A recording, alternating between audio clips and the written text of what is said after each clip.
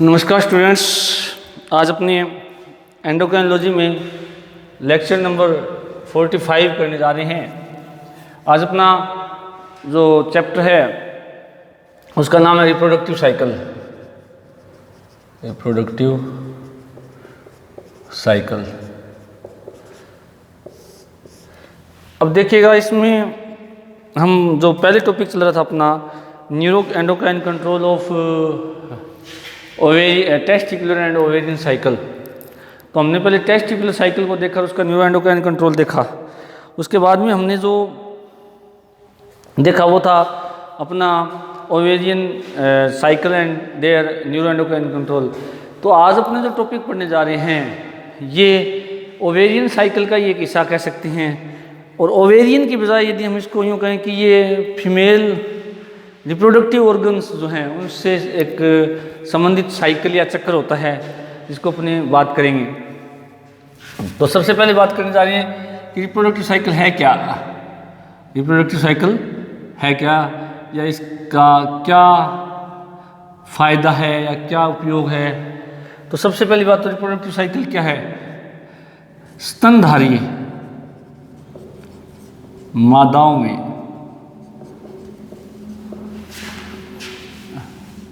जननांगों में, स्तनधारी मादाओं के जननांगों में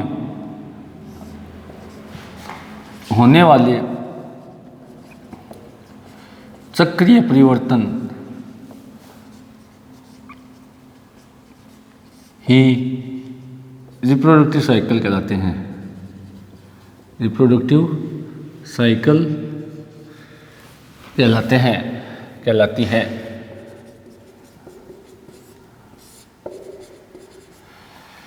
क्या कहलाती है रिप्रोडक्टिव साइकिल। अब देखिएगा, यहाँ जननांग के मतलब की यदि बात करें तो यहाँ फीमेल जो रिप्रोडक्टिव ऑर्गन्स हैं या जननांग हैं वो कौन कौन से हैं। यूट्रियस है, ओवरी है, फैलोपियन ट्यूब है, वेजाइना है और एक्सटर्नल जो पार्ट्स हैं उनकी बात कर रहे हैं। अब इनके अंदर जो चक्रीय परिवर्तन होते हैं उन्हीं को क्या कहा जाता है, रिप्रोडक्टिव साइकिल कहा जाता है। अब परिवर्तन का मतलब क्या है। जैसे कुछ चीज़ें अपने देखी हैं, अभी जो अपने ओवेरियन साइकिल देखी थी, तो ओवेरियन साइकिल के अंदर हमने कुछ चेंजेस देखे थे। जैसे हम बात करें ओवरी की बात कर लें तो ओवरी के अंदर जो अपने पुट्टक या फॉलिकल्स बने हुए हैं वो फॉलिकल अगली अवस्थाओं में जाते हैं और अगली अवस्थाओं में जाकर के परिपक्व पुट्टक का निर्माण करते हैं। जैसे वेजिकुलर प्रीमोर्डियल फॉलिकल था, प्रीमोर्डियल फिर प्राइमरी फॉलिकल में चेंज होता है, प्राइमरी फिर वेजिकुलर में, वेजिकुलर फिर ग्राफियन फॉलिकल में चेंज होता है। इस प्रकार से ये जो चेंजेस आ रहे हैं ये सारे किस में आ रहे हैं, अपने ओवरी के अंदर आ रहे हैं। यूट्रियस के अंदर यदि हम बात करें तो यूट्रियस के अंदर जैसे उसकी उपकला कोशिका का टूटना, ब्लड वेसल्स का टूटना, उसके बाद में हार्मोन्स के प्रभाव के कारण नई उपकला कोशिका का बनना, ब्लड वेसल्स का बनना, उपकला लेयर का मोटा होना, उसमें म्यूकस ग्लैंड का बनना, उसके अंदर वसा का संग्रह होना। तो इस प्रकार ये सारे चेंजेस किसके अंदर आते हैं, अपने यूट्रियस के अंदर आते हैं। फैलोपियन ट्यूब की यदि बात करें तो फैलोपियन ट्यूब के अंदर क्या है कि सीलेटेड एपिथेलियम की संख्या बढ़ना, म्यूकस ग्लैंड की संख्या बढ़ना, ताकि अंडाणु को आगे खिसकने में कोई दिक्कत नहीं हो, निषेचन के लिए शुक्राणु की ओर बढ़ने में। उसके अलावा जो अपने म्यूकस ग्लैंड जो है वो अंडाणु को पोषण भी प्रदान करती है और घर्षण से भी बचाती है। उसके अलावा वेजाइना के अंदर भी क्या है कि जो वेजाइना होती है उसकी जो उपकला स्तर होती है उसके अंदर क्या आते हैं, परिवर्तन आते हैं। जैसे यदि उसके अंदर वो यूँ कह सकते हैं कि जो वेजाइना होती है उसके अंदर जो लेयर होती है वो धीरे क्रिएटिन, पहले तो साधारण वो क्या होती है, ये अपने क्या कह सकते हैं जिसको सुक्वेमेसल यानी कि सत्रित उपकला कोशिकाएं होती हैं। बाद में उसके अंदर चेंजेज आके क्रिएटिनाइज्ड हो जाती है। वो क्रिएटिनाइज्ड होने के बाद में जो क्रिएटिन की मात्रा वो बढ़ती जाती है या क्रिएटिनाइड सेल्स की मात्रा बढ़ती जाती है। उसके बाद में उसमें WBC की संख्या क्या होती जाती है, बढ़ती जाती है। तो ये सारे चेंजेस किस में आते हैं, वेजाइना की या पिछली लेयर में। एक्सटर्नल पार्ट जैसे ब्रेस्ट है, उसके अंदर वसा का जमाव होना, लेबोरा, मेजोरा लेबिया, माइनोरा लेबिया, या यूँ कह सकते हैं जो वृद्ध ओष्ठ और लघु ओष्ठ हैं जो कि जननांगों के बाहर पाए जाते हैं, उनके अंदर वसा का जमाव होना। उसके अलावा प्यूबिक क्षेत्र के अंदर रोम या हेयर्स का डेवलपमेंट होना। तो ये सारे के सारे जो चेंजेस हैं वो सारे किसके दौरान आते हैं, रिप्रोडक्टिव साइकिल के दौरान आते हैं। और अब रिप्रोडक्टिव साइकिल नाम आ गया कि जैसे रिप्रोडक्टिव, हिंदी में कहते हैं इसको जनन साइकिल को करते हैं चक्कर।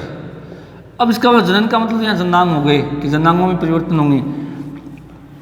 अब ये जो परिवर्तन हो रहे हैं ये एक चक्कर के रूप में हो रहे हैं, यानी एक के बाद एक के बाद, जैसे मान लो फर्स्ट चेंजेस आया, फिर सेकंड आया, फिर थर्ड आया, फिर फोर्थ आया, फिर कौन सा आ गया वापस फर्स्ट चेंजेस आ गया, यानी फर्स्ट स्टेज आ गई या फर्स्ट स्टेप आ गया। फर्स्ट के बाद फिर सेकंड आ रहा है, सेकंड के बाद फिर थर्ड स्टेप, फिर फोर्थ स्टेप, फिर फोर्थ स्टेप के बाद मान लिया अपने कौन सा स्टेप आ गया, फर्स्ट स्टेप। तो इस प्रकार से ये क्या चल रहा है, चक्कर चल रहा है, जिसमें प्रत्येक अवस्था अगली अवस्था से जुड़ी हुई है। या यूँ कह सकते हैं कि अगली अवस्था में जो चेंजेस होने हैं उसको पहले वाली अवस्था कंट्रोल कर रही है। तो ये इस प्रकार से चक्कर के रूप में। अच्छा, वो जो चेंजेस आ रहे हैं वो किस में आ रहे हैं, इसके यूट्रस में, ओवरी में, फेलोपियन ट्यूब में, वेजाइना में, एक्सटर्नल ऑर्गन्स जो हैं, एक्सटर्नल पार्ट्स हैं, उनके अंदर आ रहे हैं। तो ये एक के बाद एक के बाद नहीं रुकने वाले, या कह सकते हैं कि न रुकने वाली प्रक्रिया हैं, क्योंकि जननांग में चेंजेस आते हैं, फिर वो चेंजेस या तो गर्भ धारण के लिए तैयार होते हैं, मतलब मादा को तैयार करते हैं, या गर्भ धारण यूँ कह सकते हैं के लिए नहीं तैयार करते हैं। दोनों ही कंडीशन है। तो उसमें दोनों ही कंडीशन अपने को देखनी पड़ेगी कि चेंजेस आएंगे तो मादा गर्भ धारण के लिए तैयार भी होगी, और मादा जो है गर्भ धारण के लिए तैयार नहीं भी होगी। तो वो सारे चेंजेस कंटिन्यूटी में आते रहते हैं, और उन सब का कंट्रोल कौन करते हैं, हार्मोन करते हैं। कौन करते हैं, हार्मोन करते हैं। तो इसका मतलब देखिएगा कि यहाँ कुछ बातें जो निकल के आ रही हैं वो ये है कि सबसे पहली बात तो ये है कि ये जो रिप्रोडक्टिव साइकिल ये केवल किस में पाए जाते हैं, स्तनधारी मादाओं में। किस में होता है, स्तनधारी मादाओं में होता है। किस में होता है, केवल स्तनधारी मादाओं के अंदर। और कहाँ देखने को मिलते हैं, उनके मादाओं के जननांगों में। ये परिवर्तन क्या होते हैं, जननांगों में परिवर्तन होते हैं। अब जननांगों में परिवर्तन होंगे, या यूँ कहते हैं कि किसी भी स्तनधारी मादा के अंदर अगर रिप्रोडक्टिव साइकिल पाई जाएगी तो ही वो गर्भ धारण करेगी। रिप्रोडक्टिव साइकिल गर्भ धारण के लिए आवश्यक है, गर्भ धारण के लिए आवश्यक है। ठीक है। तो अब रिप्रोडक्टिव साइकिल है वो किसके लिए आवश्यक है, गर्भ धारण के लिए आवश्यक है। यदि किसी फीमेल के अंदर रिप्रोडक्टिव साइकिल नहीं प्रेजेंट है, वो स्तनधारी मादा जो है, तो वो क्या कहलाती है, वो गर्भ धारण नहीं कर पाएगी। इसका मतलब रिप्रोडक्टिव साइकिल या यूँ कह सकते हैं कि जो जननांगों में जो परिवर्तन हो रहे हैं जो कि गर्भ धारण के लिए हो रहे हैं, तो अगर वो जननांगों में परिवर्तन होंगे, चक्रीय परिवर्तन होंगे, तो वो मादा क्या कर सकती है, गर्भ धारण कर सकती है। तो इस प्रकार से ये जो मादाओं के अंदर जननांगों में होने वाले जो चक्रीय परिवर्तन, इनको क्या कहा जाता है, जनन चक्र या रिप्रोडक्टिव साइकिल कहा जाता है। और जो क्यों आवश्यक है, गर्भ धारण करने के लिए आवश्यक है। अब ये अगर हम कहें कि जनन क्रिया के लिए आवश्यक है तो चलेगा, परंतु मेन जो चीज़ है रिप्रोडक्टिव साइकिल वो किसके लिए होना आवश्यक है, गर्भ धारण के लिए। क्योंकि जैसे अपने यदि बात करें ओवरी है, तो ओवरी के अंदर यदि पुट्टक बनेंगे, अंडा बनेगा इस ओवेरियन साइकिल के दौरान, तो क्या होगा, अंडोत्सर्ग होगा। अंडोत्सर्ग यदि होगा तो फेलोपियन ट्यूब में शुक्राणु जाएंगे, शुक्राणु अंडे को निषेचित करेंगे, निषेचन यदि होगा तो डाइगोट, मोरुला, ब्लास्ट, प्लग, एस्ट प्लग जैसी अवस्थाएं बनेगी, फिर आरोपण जैसी घटना होगी, तो यानी गर्भ धारण हो रहा है। अच्छा, उसके अलावा गर्भाशय को भी गर्भ धारण के लिए तैयार किया जाता है, फेलोपियन ट्यूब को भी निषेचन के लिए तैयार किया जाता है, वेजाइना के लिए को भी मैथुन के लिए तैयार किया जाता है। और एक्सटर्नल पार्ट्स हैं जैसे ब्रेस्ट है, स्तन ग्रंथियाँ जिनको कहा जाता है, उनके अंदर भी वसा है, कोशिकाओं की संख्या है, और जो डक्ट हैं उनकी संख्या वो बढ़ती जाती है। तो ये सारे परिवर्तन हो रहे हैं, ये किसमें हो रहे हैं, रिप्रोडक्टिव साइकिल में। अब मेन बात है कि रिप्रोडक्टिव साइकिल जो है, रिप्रोडक्टिव साइकिल हार्मोन द्वारा नियंत्रित प्रक्रिया है, हार्मोन द्वारा नियंत्रित प्रक्रिया है।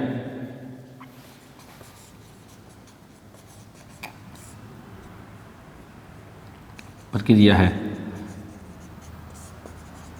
अभी जैसे अपने कल पढ़ा था कि FSH हार्मोन है, एडिनोआइफोसिस का LH हार्मोन है, वो ओवरी के अंदर पुट्टक निर्माण, पुट्टक को फटने के लिए जिम्मेदार होता है।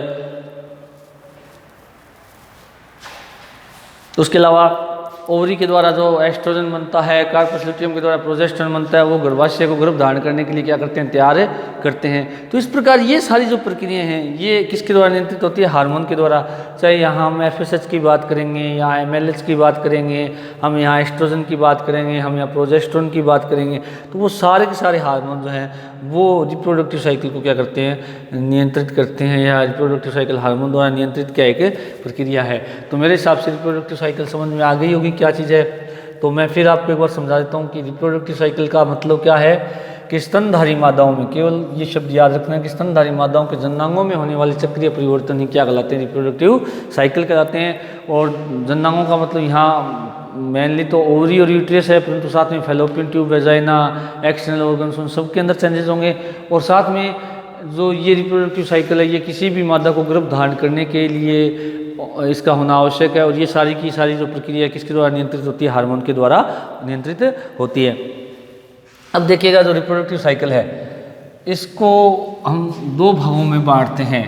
कितने भागों में बांटते हैं इसको, दो भागों में बांटते हैं, जिसको हमने नाम सुना है आपने, ओएस्ट्रस साइकिल और क्या कहा जाता है दूसरा, मेंस्ट्रुअल साइकिल। एक ओएस्ट्रस साइकिल है, दूसरी कौन सी, मेंस्ट्रुअल साइकिल है।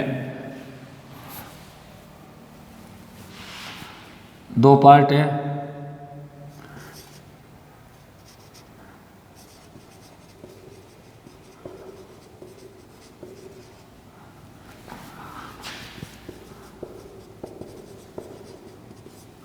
और दूसरा पार्ट कौन सा है, मेंस्ट्रुअल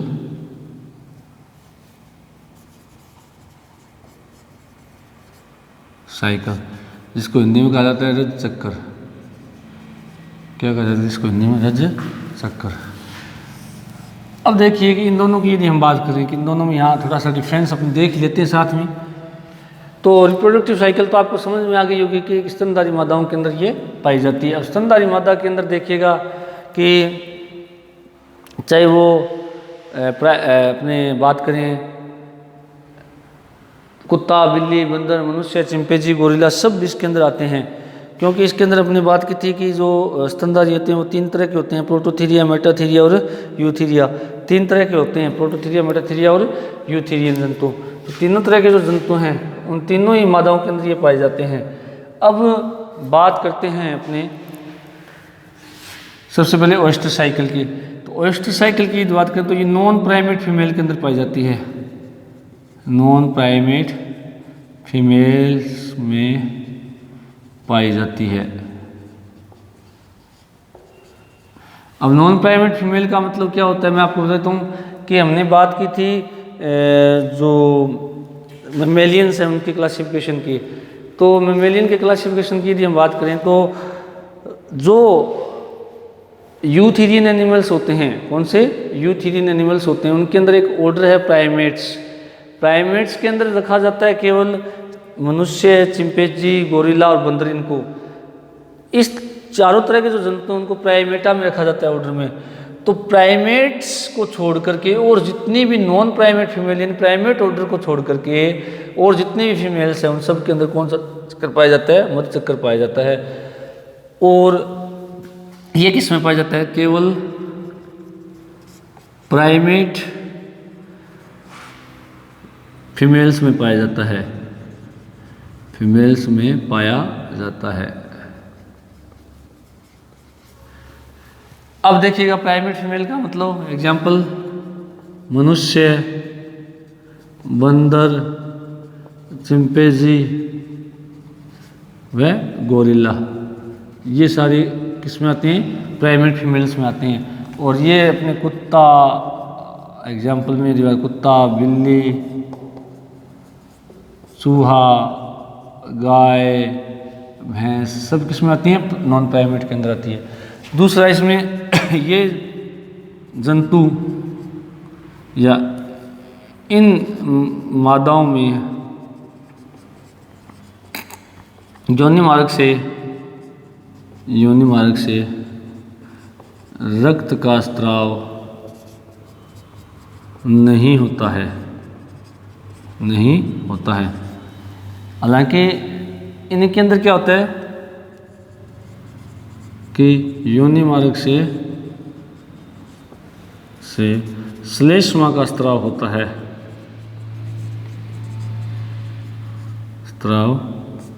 है, जबकि इनमें क्या होता है, प्राइमेट फीमेल के अंदर योनि मार्ग से रक्त का स्त्राव होता है, जो फिक्स है 1 से 5 दिन के लगभग होता है।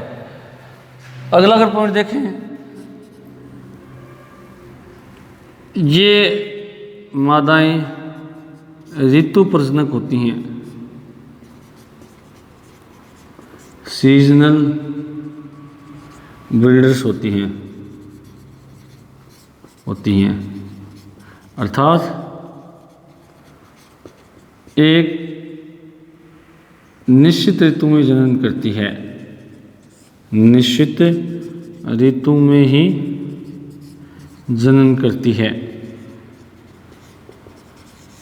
जबकि इनमें ऐसा नहीं होता है। ये वर्ष भर जनन कर सकती है,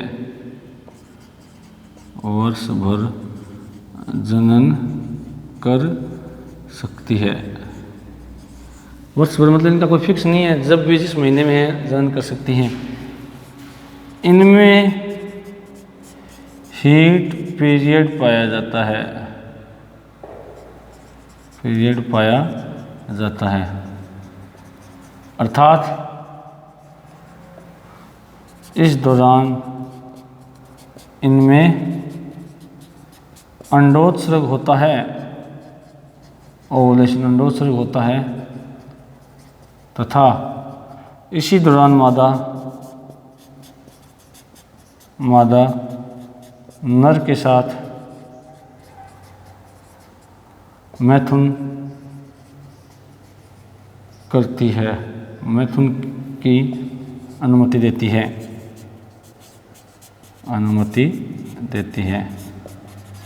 जबकि यहाँ पर ऐसा नहीं होता है।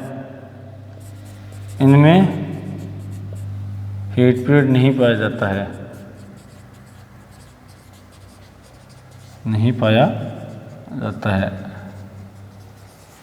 इनमें हीट पीरियड नहीं पाया जाता है। तो ये मुख्यतः 4 प्रकार के अंतर जो हैं, ये किस में पाए जाते हैं, मेंस्ट्रुअल साइकिल और ओएस्ट्रस साइकिल दोनों के अंदर अंतर पाए जाते हैं। तो एक बार मैं रिपीट कर देता हूँ, ओएस्ट्रस साइकिल जो है वह रिप्रोडक्टिव साइकिल है जो नॉन प्राइमेट फीमेल के अंदर पाया जाता है। उदाहरण कुत्ता, बिल्ली, चूहा, गाय, भैंस, इनके अंदर पाए जाने वाले रिप्रोडक्टिव साइकिल क्या कहलाती है, मध्य चक्र या ओएस्ट्रस साइकिल कहलाती है। कुछ बुक्स में ई से इसको शुरू किया गया, वो भी सही है, कुछ बुक्स में ओ से शुरू होता है ओएस्ट्रस साइकिल, कोई दिक्कत नहीं है।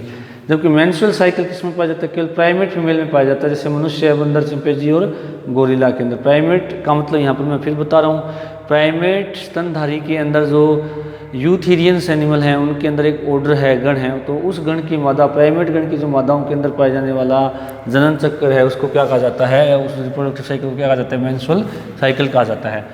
अगला पॉइंट है, इन मादाओं में योनि मार्ग से रक्त का स्राव नहीं होता बल्कि योनि मार्ग से श्लेष्मा का स्राव होता है। किसका स्राव होता है, श्लेष्मा का। और यहाँ पर क्या होता है, योनि मार्ग से केवल किसका स्राव होता है, रक्त का, जो कि 1 से 5 दिन होता है। ऐसा नहीं कि हमेशा होता, जो कि रक्त चक्र के केवल 1 से 5 दिन होता है, 5 दिन तक होता है,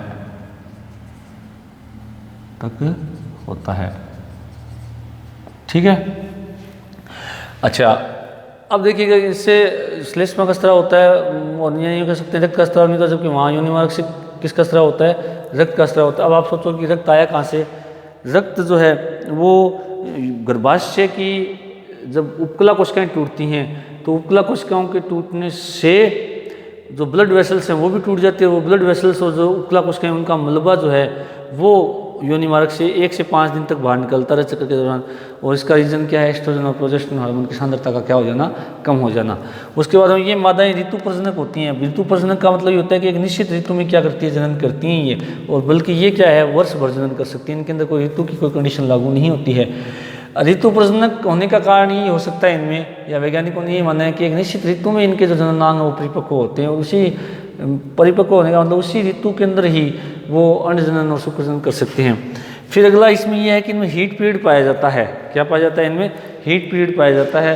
हीट पीरियड का मतलब क्या होता है कि प्रजनन काल के दौरान ही नॉन प्राइमेट फीमेल्स होती हैं, उनमें प्रजनन काल के दौरान ही जब अंडोत्सर्ग होता है उस काल को क्या कहा जाता है? हीट पीरियड कहा जाता है। और हीट पीरियड का मतलब ये होता है कि अगर उसी समय जो मादा है वो नर के साथ मैथुन की अनुमति देती है, उसके अलावा अनुमति नहीं देती है, और उसी समय यदि हीट पीरियड के दौरान इनमें मैथुन होता है नर और मादा के उसमें, तो निषेचन की प्रोबेबिलिटी अधिक रहती है। जबकि इनमें हीट पीरियड नहीं पाया जाता है, ऐसा कुछ भी नहीं होता।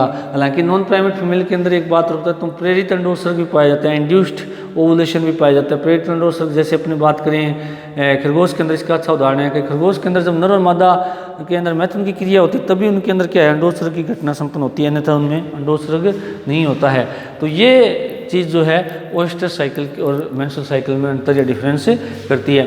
उसके अलावा दोनों में समानताएं भी है बहुत सारी, कि दोनों ही के अंदर सबसे बड़ी समानता तो यह है कि दोनों रिप्रोडक्टिव साइकिल है, तो दोनों में क्या होता है कि स्तनधारी मादाओं के अंदर होती हैं ये, और दोनों की स्तनधारी दोनों प्रकार की स्तनधारी मादाएं उनकी जननांगों में परिवर्तन होते हैं। फिर अगली बात यह है समानता कि जो ये दोनों ही घटनाएं हैं, मेंस्ट्रुअल साइकिल और ओएस्टर साइकिल, ये दोनों ही सभी मादाओं के अंदर क्या होता है कि हार्मोन के द्वारा नियंत्रित प्रक्रिया होती है, इनको हार्मोन्स नियंत्रित करते हैं। और हार्मोन्स भी यदि बात करें तो वही मोस्टली FSH है, LH है, एस्ट्रोजन है, और कौन सा है, प्रोजेस्टेरोन। तो वो ये इसमें सिमिलरिटी भी है। बस ये है मध्य चक्र नॉन प्राइमेट फीमेल में, और मेंस्ट्रुअल साइकिल किसमें है, प्राइमेट फीमेल में। अब स्टूडेंट अपने को दोनों ही साइकिल जो है रज चक्र और मध्य चक्र दोनों को डिटेल में पढ़ना है, तो कल अपने जो नेक्स्ट क्लास है उसके अंदर मध्य चक्र को पूरा डिटेल में शुरू करेंगे। Thank you.